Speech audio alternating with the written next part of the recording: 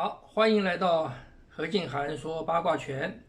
不说八卦，只说拳。上一回呢，我们谈到这个文武合一的教育从周朝没落之后流落到民间在春秋战国那个时代教育出了非常多优秀的文武合一的人才然后慢慢逐渐的没落，但是呢，根苗还没有断，所以我们一直到明清的时候，还是会看到偶尔还出来几位这样子的人才那么武呢，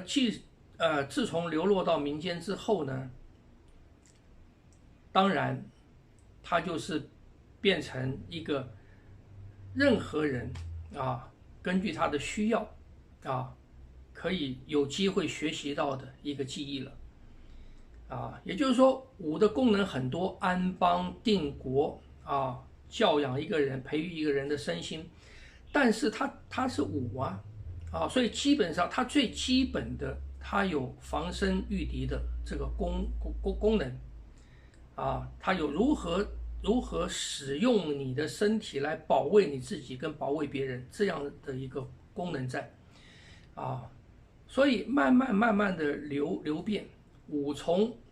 贵族到后来隐士，到后来培养出这个将军，比方讲诸葛亮这样的人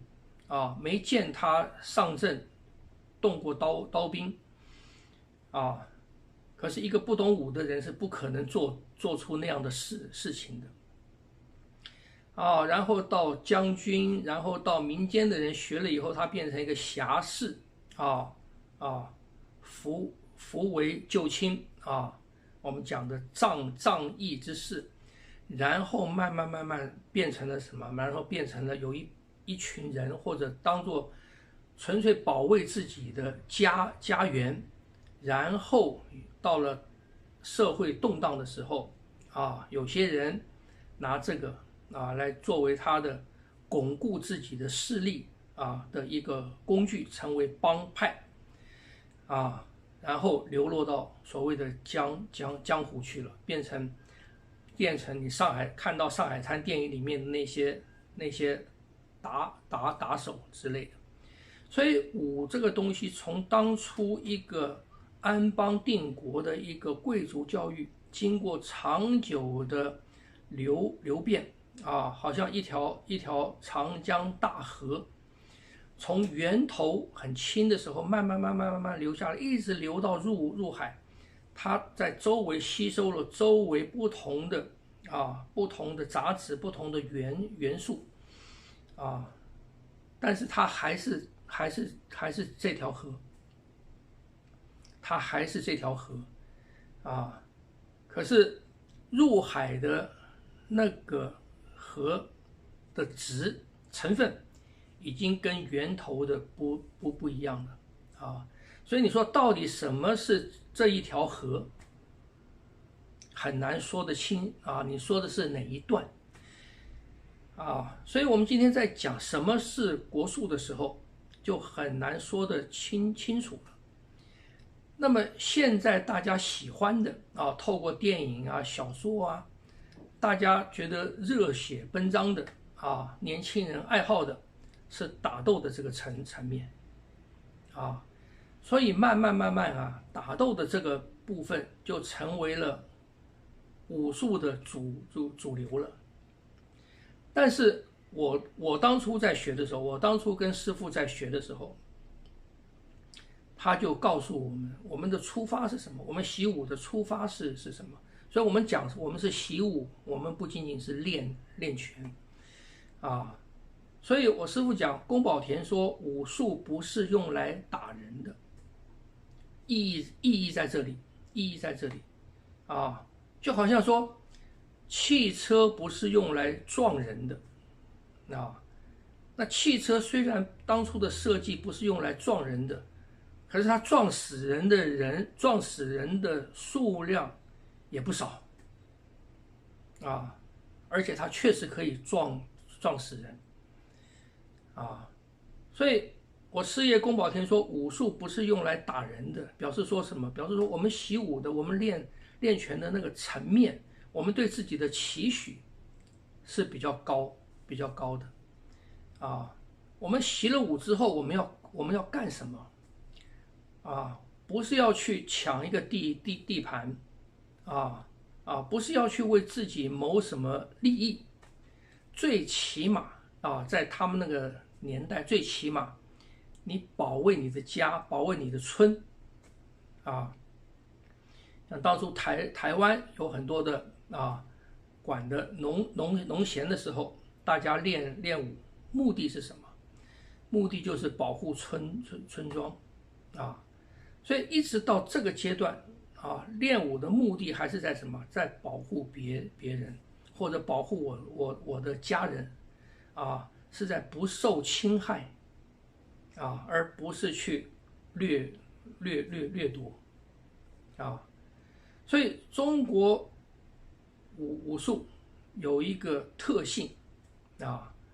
就是它是防御性的，为什么它是防御性的？那什么是攻击性的？游牧民族，比方讲西方游牧民族发展出来的武或者文化是属于侵略性的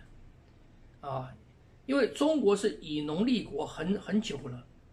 大家有一块地在这边养活好几代，一代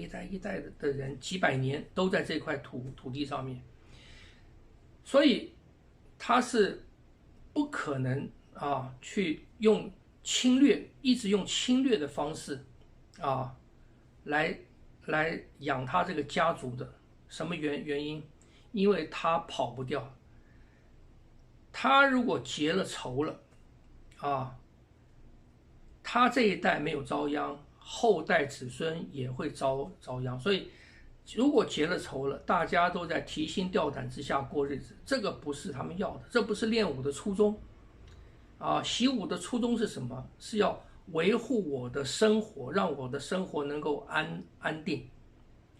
这个是习武的初衷。所以有人讲练武的目的是打斗，错了。练武的目的是让我生活的平安，让我生活的更好所以如果他用武的方式，用侵略的方式，用残忍的方式打赢别人了，今天打赢别人了，明天有其他的人来报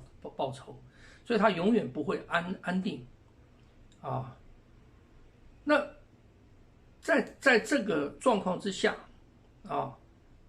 中国武术它就形成一个防御性的思维不光是中国武术，中国的整个中国文化它都是防御性的此所以才会筑起长城嘛长城阻止别人进来，同时呢也阻止你出去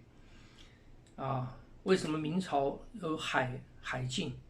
他认为说我们中国够大了，我们的土地肥沃物产丰富我们自己在自己家里面这样子平平安安的过就好了不要找那么多的麻烦这是不是绝大部分的中国人，不管你有没有念过书，不管你同不同意，我们的协议，我们的思想基底里面具备的一个成分所以这个特色防御性的武术是用来保护自己的，武术是用来让自己生活平安的，形成了中国武术的特质。那这个特质对中国武术产生了什么影响呢？那么在今天这个时代，我们讲武术的发展或者跟时代接轨它又有什么利弊呢？这个部分我们留待下一回分解今天的分享就到这边，谢谢。